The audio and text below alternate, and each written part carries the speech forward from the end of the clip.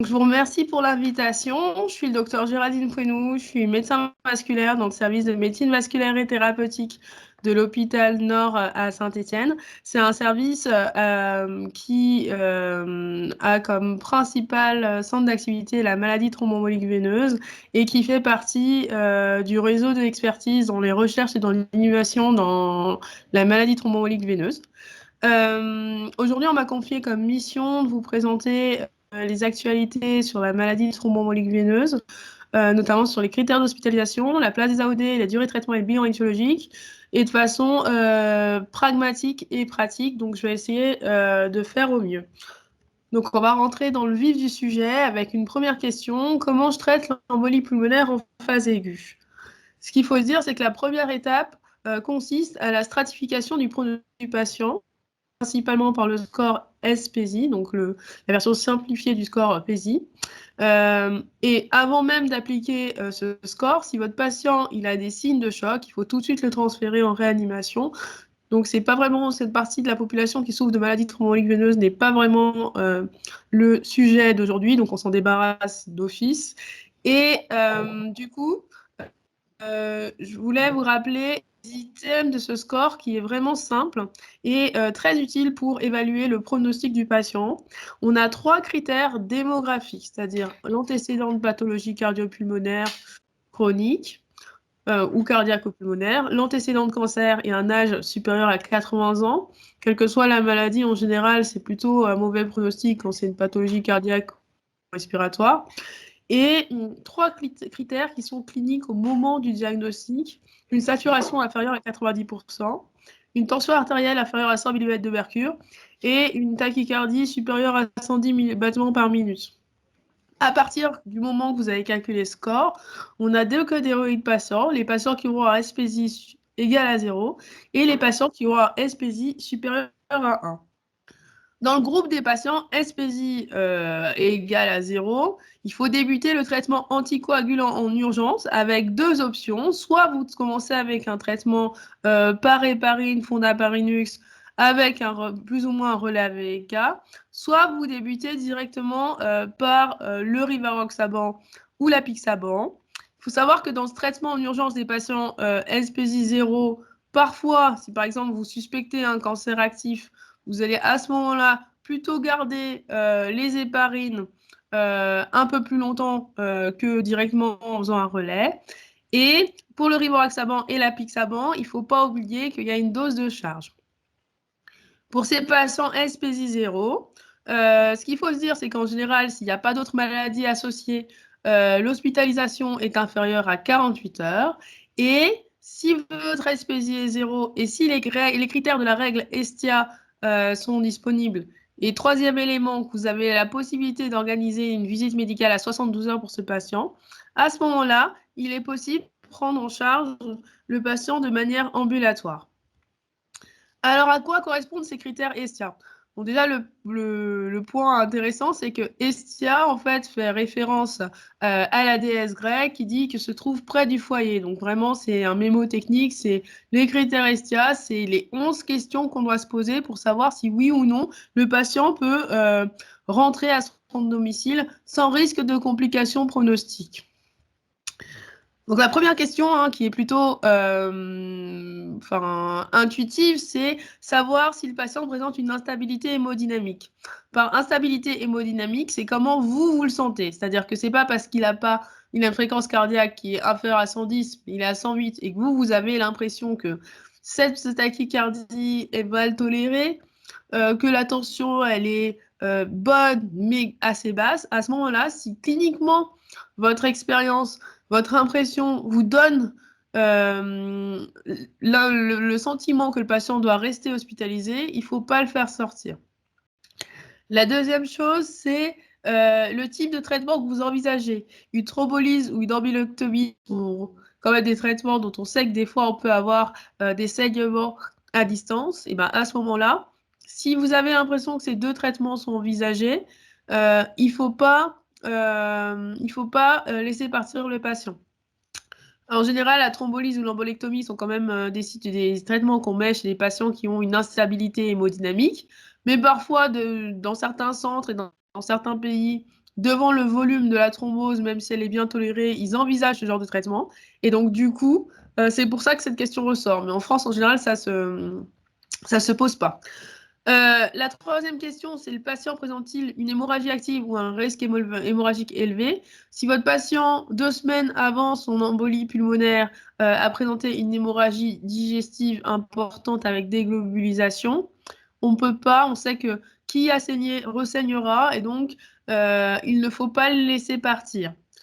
Par la suite, on peut se poser la question de l'oxygénothérapie. Si initialement le patient a nécessité plus de 24 heures d'oxygène pour maintenir une saturation supérieure à 90, des fois les patients ils désaturent un petit peu aux urgences et on a l'oxygène facile. Et donc on peut se dire, est-ce que vraiment il avait ce besoin en oxygène? Donc c'est un critère qu'il faut regarder car normalement si une embolie pulmonaire est bien tolérée, il ne devrait pas avoir de signes, de besoin en oxygène. Et donc, du coup, ça fait partie des critères à envisager. Un patient qui thrombose sous un anticoagulant risque de retromboser sous un autre anticoagulant. Et donc, c'est important de garder ce patient en observation. Surtout si l'espésie 0, ce serait une observation de 24-48 heures, de regarder si ce patient il a une diminution de ses symptômes après l'introduction du nouveau traitement anticoagulant. Par la suite, il faut se poser la question de si le patient présente une douleur intense. Les douleurs intenses que vous pouvez avoir au niveau de l'embolie pulmonaire font surtout évoquer l'infarctus pulmonaire. Mais s'il y a une douleur d'infarctus pulmonaire, à ce moment-là, le patient va peut-être hypoventiler, il va peut-être accumuler des sécrétions bronchiques, il va peut-être se surinfecter. C'est des signes cliniques qui peuvent orienter vers une possible complication qui, elle, si vous faites partir le patient, le conduira peut-être à reconsulter. Donc, c'est encore une fois un critère qu'il faut prendre en compte. Par la suite, un patient qui a une créance de la créatinine inférieure à 30 ml par minute, c'est pas forcément le patient pour lequel on est le plus à l'aise avec toutes les thérapies. Donc, c'est important de vérifier. Là, dans un cas, en fait, pour éviter la complication qui serait due aux médicaments et donc plutôt pour la sécurité du patient, qu'il est nécessaire de l'hospitaliser pour le surveiller les premiers jours. Vis-à-vis le mais il y a un écho, mais il y a un problème identique avec un risque, avec un sur-risque hémorragique, et donc c'est la raison pour laquelle vous allez le garder. La femme enceinte, on sait que c'est un terrain particulier, et donc bien évidemment, imaginez faire rentrer à domicile une femme enceinte qui aurait une embolie pulmonaire. C'est critéristial, c'est vraiment, pardon, pour l'embolie pulmonaire, c'est un peu cavalier. Le patient qui a un antécédent de thrombopénie induite par héparine, alors cette question-là peut se poser que chez les patients chez qui vous allez laisser passer sous HBPM.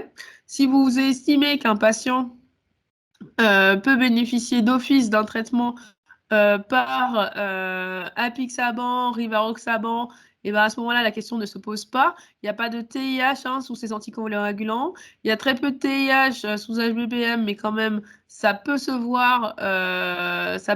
Et donc, si le patient a un antécédent, c'est des traitements qu'il faut manier avec précaution. Et donc, l'hospitalisation permet de surveiller le maintien du nombre de plaquettes. Et enfin, existe-t-il une autre raison médicale ou sociale qui nécessite que le patient soit hospitalisé pour une durée supérieure à 24 heures? Typiquement, quand on a un patient qui est en isolement, en précarité ou en irrégularité et qu'il y a un diagnostic d'embolie pulmonaire, et que des patients isolés ont une difficulté de pouvoir reconsulter rapidement, alors pour la sécurité du patient, il est nécessaire de maintenir l'hospitalisation au moins les 3 premiers jours pour qu'il puisse bénéficier et sortir de la situation à sur-risque où on n'est pas au courant si le médicament ou pas fonctionne. On passe du coup à la deuxième catégorie de patients, plutôt SPJ supérieure ou égale à 1. Donc, dans son là, le traitement est toujours en urgence, hein, de toute façon, quand on a une embolie pulmonaire. Et pour ces patients, on commence par un traitement par HBPM ou Fondaparinux, et le relais ne se fera pas tant que le patient n'est pas stable. Donc, dans certains cas, et notamment dans le cancer, on attend encore plus que la stabilité pour faire le relais. Mais globalement, SPESI égale 0, vous pouvez commencer d'emblée les traitements oraux directs. SPESI supérieur à 1, c'est après stabilité du patient qu'on peut le mettre sous traitement oral. Enfin, dans tous les cas SPESI 0 ou 1, en l'absence de contre-indication et de risque hémorragique élevé, il faut débuter le traitement en fait, quand vous avez la suspicion et que la probabilité clinique est forte immédiatement. Quand vous avez une suspicion et que la clinique est intermédiaire avec un délai d'imagerie qui est supérieur à 4 heures, et quand vous avez une probabilité faible et que le délai d'imagerie est supérieur à 24 heures. Ce petit point est important pour notamment les patients insuffisants rénaux où la scintigraphie, ventilation, perfusion n'est pas disponible H24 enfin, nulle part. Donc du coup, c'est toute l'importance de débuter le traitement savoir quand débuter le traitement chez un patient avec un risque hémorragique élevé. Donc ça vous fait cette fiche synthèse que vous pouvez par la suite garder pour rapidement avoir une idée de comment vous pouvez prendre en charge le patient. Donc, pour la prise en charge ambulatoire du patient, ce qui a été stipulé dans les recommandations, c'est que oui, si une possibilité de rendez-vous à 72 heures. Et pour pouvoir avoir une possibilité de rendez-vous à 72 heures avec un médecin en sortant des urgences, s'il n'y a pas une filière déjà organisée, c'est pas possible. Ça, on le sait, c'est pas que pour l'embolie pulmonaire, c'est possible. Et donc, il y a des recommandations sur comment organiser cette filière, avec notamment le fait que si vous décidez de sortir, si vous décidez dans votre centre d'organiser une prise en charge ambulatoire, c'est-à-dire que vous mettez d'emblée à disposition de votre territoire et de votre réseau des consultations spécialisées pour voir le patient à 72 heures pour vérifier que le diagnostic est bien le bon, que le traitement initial a été adapté aux caractéristiques du patient, notamment par exemple la fonction rénale ou le risque hémorragique, et d'avoir un vrai réseau de communication avec le médecin traitant du patient. C'est-à-dire que le patient a d'abord son diagnostic aux urgences, où il y a une démarche diagnostique de gravité pour pouvoir lui permettre de sortir et de commencer le traitement d'attaque.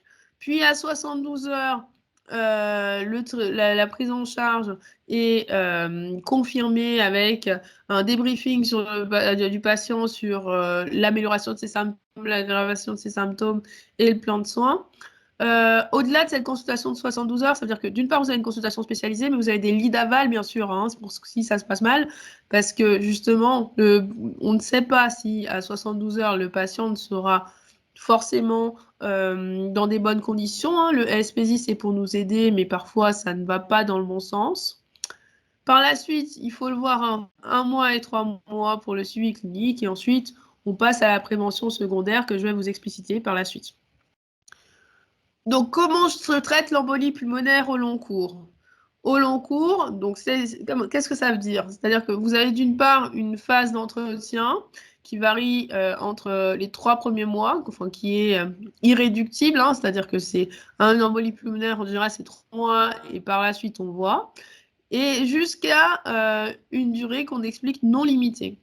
Cette phase d'entretien, ça nécessite que le patient soit vu par le spécialiste ou par son médecin généraliste à 1 mois, mais un deuxième temps de rendez-vous entre 3 et 6 mois, et un temps de rendez-vous au moins annuel pour évaluer son traitement, si le traitement est pour une durée non limitée. Alors, chacun de ces temps de rendez-vous a un objectif particulier.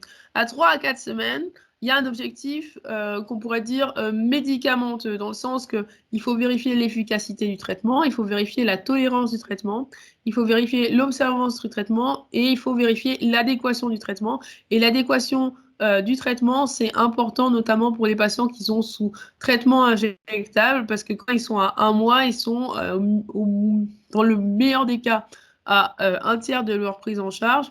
Mais comme le traitement par HVPM, on le donne aux patients les plus fragiles, ils sont au tout début d'un parcours du combattant. Et donc, du coup, c'est important de vérifier qu'il y ait une vraie adhérence et compréhension de comment le traitement marche. Le deuxième point, c'est plutôt dans les arguments et dans notre recherche étiologique associée, c'est-à-dire est-ce qu'on recherche un cancer occulte, est-ce qu'il y a des arguments pour une thrombophilie familiale, est-ce qu'il y a un syndrome des antiphospholipides, qui sont 3 situations qui vont plutôt nous faire pencher pour un traitement non limité. Et le troisième volet de cette prise en charge est un peu plus psychologique et général, dans le sens qu'il faut vérifier que le patient a bien compris l'intérêt de son traitement anticoagulant. Au cours de ce deuxième temps, si on s'oriente vers la part clinique de la prise en charge, il faut vérifier toujours l'efficacité et la tolérance. Hein, c'est des choses qu'on vérifie de manière systématique. Et il faut regarder les complications de l'embolie pulmonaire et donc la persistance d'une dyspnée qui pourrait être évocatrice d'une séquelle qu'on évalue soit en YHA, soit en MRC. Donc, regardez en fait le bilan étiologique, hein, c'est-à-dire que si vous l'avez prescrit au premier mois, il faut regarder les résultats quand même au troisième pour la poursuite de la prise en charge.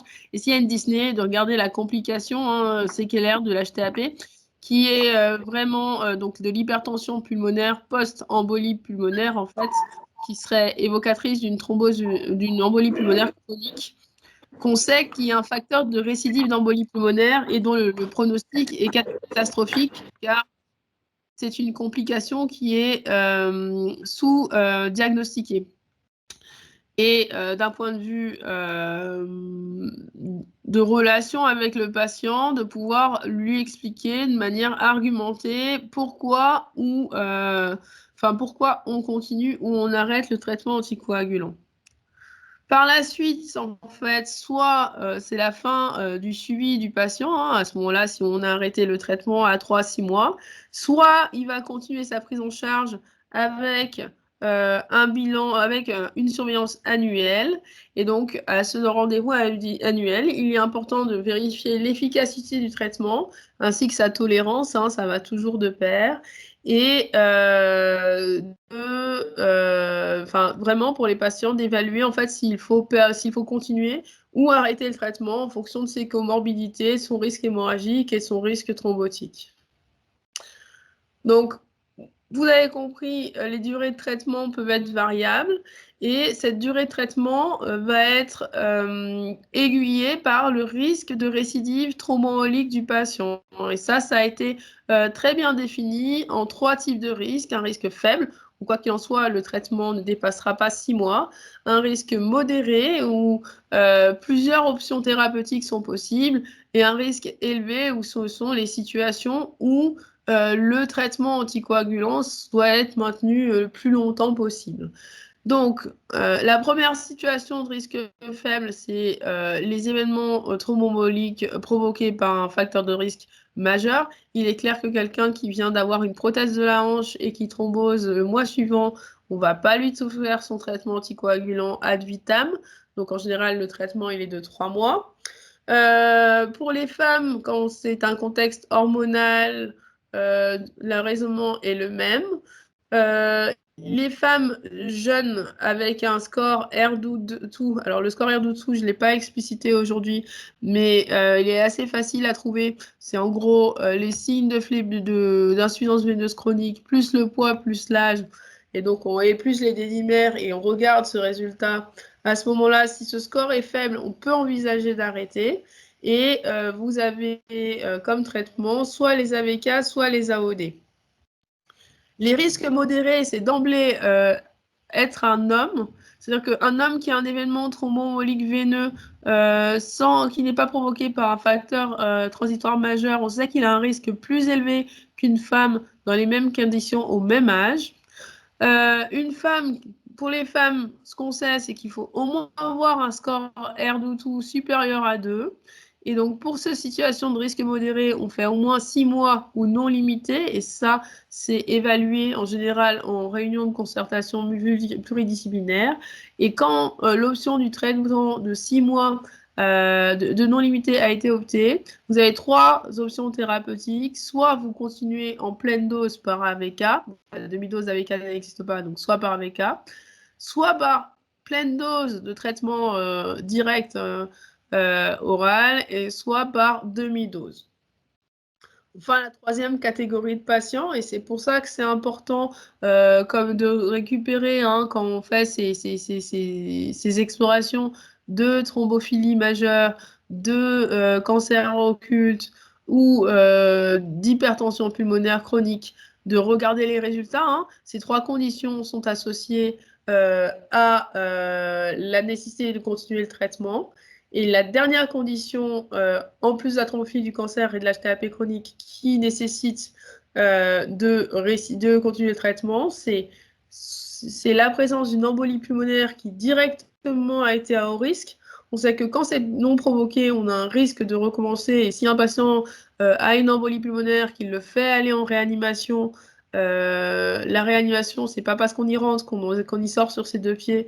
Donc si on peut éviter qu'il y retourne, à ce moment-là, on continue le traitement. Et la maladie thromboembolique veineuse récidivante, hein, c'est-à-dire que vous l'avez traité une première fois, vous arrêtez le traitement, et quand vous arrêtez le traitement, il refait un événement thrombotique et sans être provoqué, ben à ce moment-là, on sait que ce patient qui a fait refera.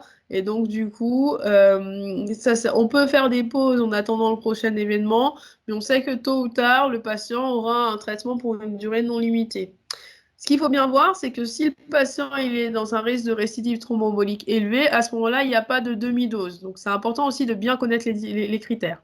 Donc, par exemple, le patient avec un cancer, on met de plus en plus d'apixaban. Ben, chez ces gens-là, après 6 mois, la demi-dose, elle n'est pas validée. Donc ça c'est une fiche qui reprend un peu la synthèse de tout ça. Et donc, quand mettre les anticoagulants inhibiteurs directs, anti-DISA et anti-2A? Alors, ces nouvelles molécules ont changé 10 000 fois de nom. Hein. Il y en a qui les ont appelés les DOAC, les AOD, on ne sait plus trop. Ça a changé de nom encore une fois. Maintenant, il faut parler d'anticoagulants inhibiteurs directs et marquer la cible, hein, donc soit le facteur 10 activé, soit la thrombine. Parce que actuellement, il y a un cours de développement de nouvelles molécules qui sont dirigées contre le facteur 11. Je vous en parle pas parce que c'est pas l'objet du dossier, mais c'est pour vous dire que de plus en plus, vous allez entendre ce terme d'inhibiteur direct. Et donc, il faut savoir à quoi ça correspond. Et donc, il y a eu un papier qui est sorti dans le JACC en 2024, tout à fait récemment, c'est une revue illustrée qui vraiment traite des AOD avec les références sur les différentes études qui ont donné soit des résultats négatifs qui font que on ne peut pas utiliser les AOD dans certaines indications, soit des études de faible cohorte mais qui existent dans des indications rares comme par exemple le thrombus du ventricule gauche. Et donc, ils ont proposé un algorithme simple que j'ai copié-collé et que je vous mets ici. Hein, et la référence sera en bas de la slide, donc vous pouvez facilement le retrouver. Et je vous invite à le lire. Je ne suis pas dans les auteurs, j'ai pas d'action, donc vraiment, c'est de la qualité, c'est un avis qualitatif. Mais globalement, ce qu'il faut se dire, c'est que quand vous émettez l'hypothèse de traiter un patient par anticoagulant, il faut regarder si 4 conditions qui d'office vous font dire ben non, on sait que les données de la littérature, l'évidence-based medicine est complètement contre. On a le syndrome des antiphospholipides, l'AFA valvulaire, les valves mécaniques et les dispositifs d'aide ventriculaire gauche. Par exemple, typiquement, dans l'étude qui a été faite sur les 2 études qui ont été faites sur le SAPL, hein. Le SAPL, c'était une étude avec des triples positifs et il y a eu 20% de décès. L'étude a été arrêtée en urgence. Donc, c'est vraiment pour les triples positifs, on ne met pas d'AOD. Ça, on sait que la littérature est contre.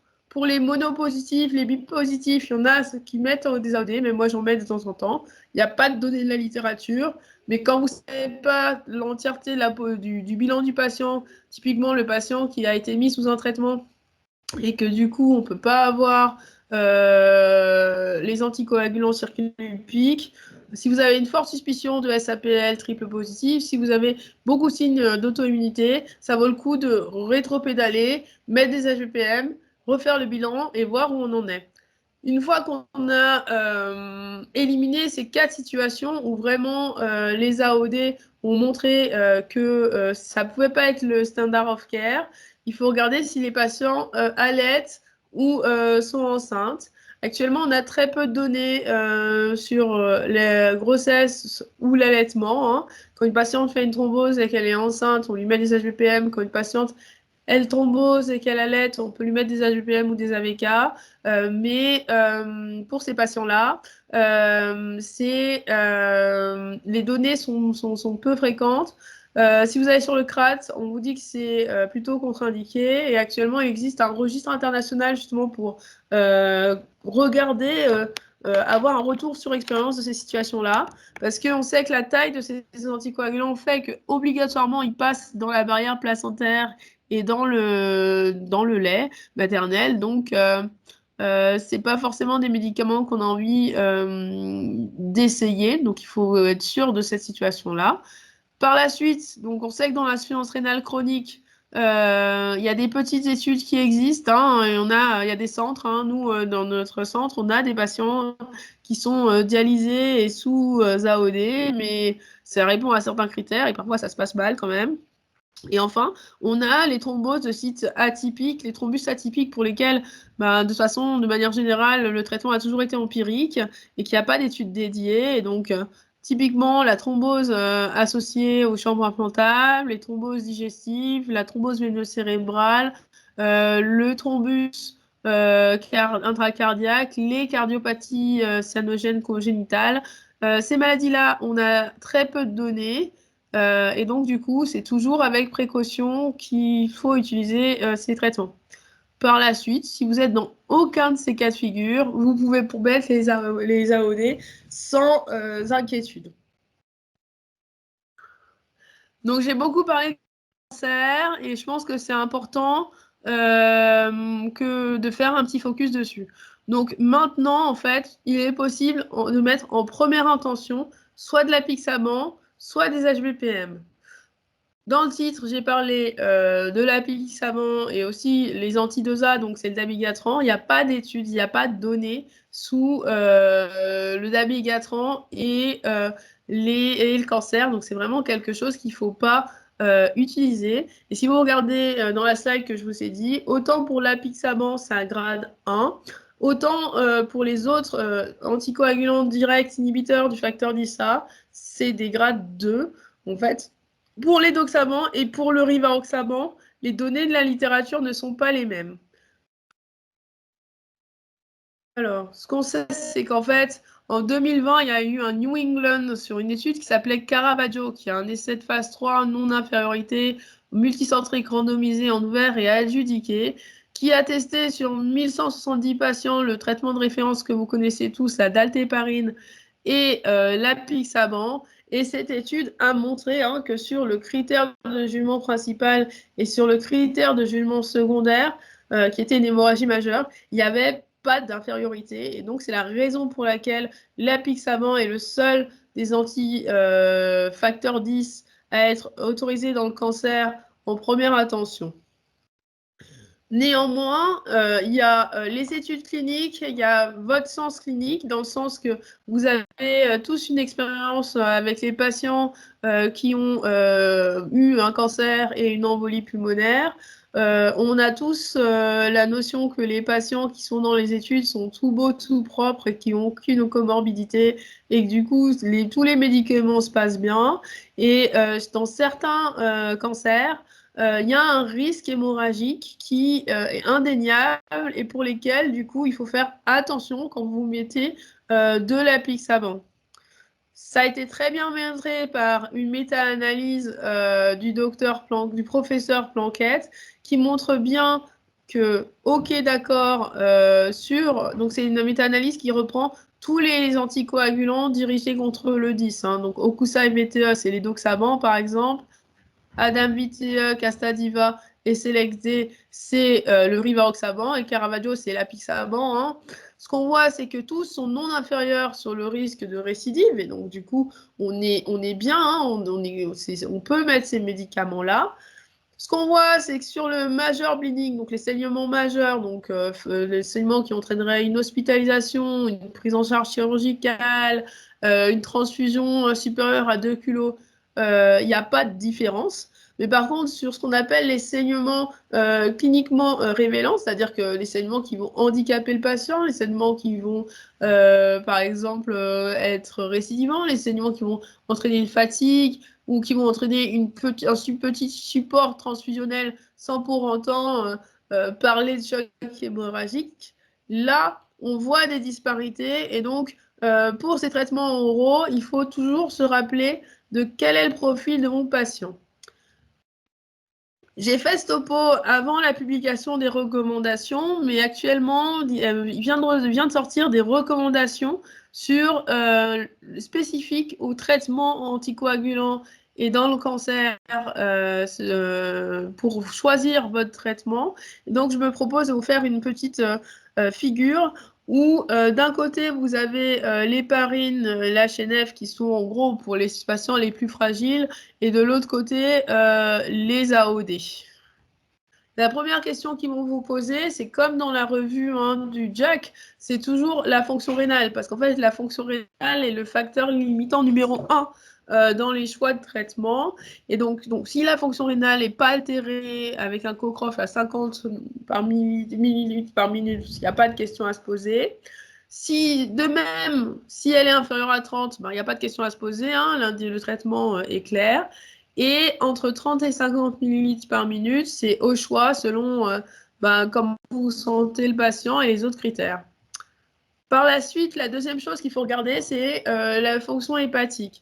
Alors, les données de la littérature montrent que si un patient il a un child A, B, vous pouvez mettre des AOD, mais que chez les patients child C, il y a un problème en termes de métabolisme, en termes d'accumulation. Vous savez que par exemple, l'apixaban, il est aux 2 tiers éliminé par le cycle entéro-hépatique. Donc du coup, c'est des patients pour qui, par sécurité, c'est peut-être mieux de commencer par des HVPM.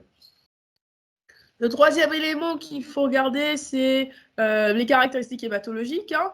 On sait que si par exemple vous avez une thrombopénie, c'est comme si déjà on était anticoagulé. Donc ce qu'on sait des données de la littérature et des études, les critères d'inclusion permettent d'avoir des patients avec une hémoglobine supérieure à 8 et des plaquettes supérieures à 50 sans complications hémorragiques. Et donc si vous avez des patients qui ont ces critères-là de sanguin diminué ou qui ont une instabilité, c'est-à-dire que vous avez ces patients qui ont des chimiothérapies qui sont très thrombopéniantes et donc peut-être qu'au moment de l'événement thromboembolique veineux, ils sont à 50, mais qu'on sait très bien par leurs antériorités qu'ils vont rapidement passer à 20. Et ben pour ces patients-là, pour que la suite de la prise en charge soit la plus fluide possible, il est peut-être mieux de commencer par des HVPM.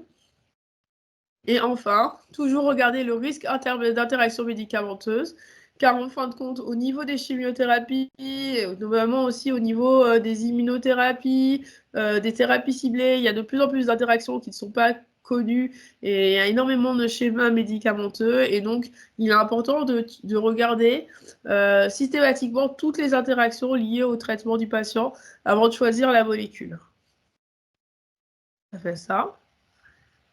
Enfin, le dernier point du topo, donc c'est sur le bilan étiologique. Et donc, le bilan étiologique, il faut comprendre que c'est que dans les événements atypiques ou non provoqués. Un patient qui a eu une thrombose post-chirurgie de la hanche, il ne faut pas lui faire un bilan de thrombophilie. Si vous lui trouvez à 80 ans un facteur 5 Leiden, bah, c'est comme ça. Mais il ne faut pas en déduire toute une prise en charge de thrombophilie. Parce que ça voudrait dire que quand même, pendant 80 ans, il a vécu avec sans avoir de complications. Et donc les bilans de thrombophilie, sauf les thrombophilies majeures que sont le SAPL et l'antithrombine, s'interprète toujours dans le contexte familial. Donc, on va commencer par le cas de la recherche de cancer occulte. Il y a 2 situations vraiment sur lesquelles il faut se focus. C'est est-ce que je cherche un cancer et comment je le cherche? Et est-ce que je cherche une thrombophilie? Donc, au niveau du cancer occulte, il faut que c'est au premier événement non provoqué qu'on le fait. C'est-à-dire que dès que c'est non provoqué, il faut le rechercher. Mais c'est la façon dont il faut le rechercher qu'il faut bien comprendre. C'est-à-dire qu'initialement, la façon de le rechercher est majoritairement clinique. C'est-à-dire qu'il faut faire un examen physique clinique qu'il faut répéter. C'est parce qu'en fait, ce qu'on sait, c'est que quand on doit découvrir un cancer qui a été occulte, en général, c'est dans l'année, mais il y avait quand même des points d'appel cliniques qui étaient marquants dès le début, et donc c'est important de faire un examen physique attentif. Mais bon, les interdits, c'est un peu... vous êtes ceux qui excellaient le plus dans ça, donc j'ai aucun doute là-dessus. Et au-delà de la surveillance du traitement anticoagulant, c'est de réaliser une radiographie thoracique si ce n'était pas au cours du 2P. Donc forcément, c'est plus pour la thrombose veineuse proximale qui est importante. Mais bon, si vous avez un scanner, vous n'avez pas besoin de faire de la radio. Une numération formule sanguine et une calcémie. Autre chose, c'est au-delà de l'examen physique, il faut mettre à jour les dépistages de la population générale, c'est-à-dire un frottis, une mammographie, un PSA, pour vérifier, sauf s'ils ont été réalisés dans l'année précédente. On sait qu'un cancer, ça ne pousse pas d'un coup.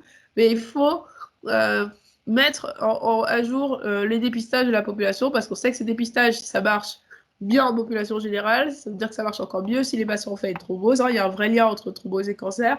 Un patient sur 5 qui développe une thrombose a un cancer, soit diagnostiqué, soit qui va être diagnostiqué par vos bons soins. Et un patient sur 5 qui a un cancer va faire une thrombose dans l'histoire de sa pathologie. Donc, il est important de bien voir les 2 éléments. Ce qui veut dire que lors d'un premier événement non provoqué, les éventuelles autres explorations seront guidées que par les résultats des premiers examens. Et donc, en fait, vous ne faites pas d'exploration sans avoir de point d'appel clinique ou par dépistage. Si la numération formule sanguine est normale, sauf en cas de thrombose de site atypique, il n'y a pas besoin de faire un JAK2, normalement. Là où on va s'attendre de vous que vous soyez plus offensif, c'est si le patient récidive un événement non provoqué sous traitement anticoagulant bien conduit. Parce qu'un traitement bien conduit, s'il y a d'autres facteurs qui ne sont pas des cancers, le patient n'est pas censé récidiver. C'est ce qui prouve qu'il y a une forte pression thrombotique. Et alors, à ce moment-là, il faut sortir le bazooka des examens cliniques, il faut faire des mutations JAK2, il faut faire des scanners radioiopelviens, il faut faire des scanners, il faut traquer le cancer. On reprend l'examen clinique du début, même s'il n'y avait pas de point d'appel, pour voir s'il y a un point d'appel qu'on aurait loupé. Et bien sûr, si les explorations qu'on a faites, les premières explorations ne marchent pas, il faut pas hésiter à aller plus loin si le résultat est négatif. Si vous avez vraiment l'impression que voilà, vous aviez un 2 négatif, mais que vous avez, je sais pas, une libération formule sanguine qui est quand même bien évocatrice de syndrome myéloprolifératif, il faudra aller chercher le MPL, il faudra faire la culture des progéniteurs, il faudra traquer ce cancer. Le deuxième versant du bilan étiologique, c'est le bilan de thrombophilie. Donc, il est suggéré de réaliser un bilan étiologique de thrombophilie constitutionnelle dans des critères qui sont bien définis. C'est quand même, normalement, un premier événement thrombose veineuse proximale ou d'embolie pulmonaire. Donc, par exemple, la thrombose tibiale ou surale, normalement, il n'y a pas d'événement il n'y a pas de thrombophilie à chercher. Il faut normalement que le patient a moins de 50 ans, mais en réalité, les gens montent jusqu'à 60 ans. Et normalement, on sait que cet examen est rentable quand il y a une histoire familiale au premier degré. Alors, il faut comprendre que la maladie thromboembolique, elle est veineuse, elle est multifactorielle.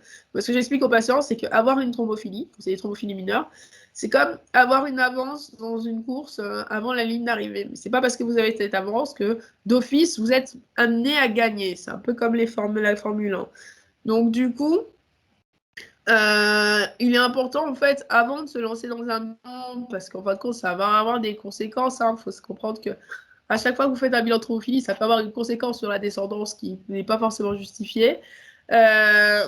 il faut être au clair sur est-ce que ce résultat sera significatif dans la prise en charge de mon patient. Une autre situation où vous pouvez faire des bilans de thrombophilie, bah, c'est chez le patient qui a une maladie thromboembolique veineuse récidivante. Mais dans le premier épisode, a commencé avant 50 ans, parce que quand ils ont 70 ans et qu'ils récidivent, c'est plus l'âge qu'une thrombophilie particulière. Et bien sûr, si le site est atypique, il faut le rechercher, la thrombophilie. Vous voyez, toutes les recommandations sont à un grade supérieur à 2, ce qui veut dire que la thrombophilie, c'est quand même quelque chose d'un peu vague. Dans certains pays, il y a certaines parties du bilan thrombophilique qu'ils ont abandonné. En Angleterre, on ne fait plus le facteur 5, on ne fait plus la prothrombine parce qu'il y a trop de personnes qui ont un bilan qui est positif sans qu'on puisse en faire quelque chose. Et si vous avez un doute sur qui mérite ou pas de faire un bilan de thrombophilie, bah, c'est plus simple d'aller demander un avis d'un centre expert en thrombose multidisciplinaire.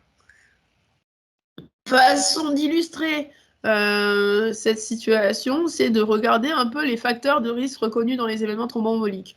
En bleu, c'est les facteurs de thrombophilie génétique.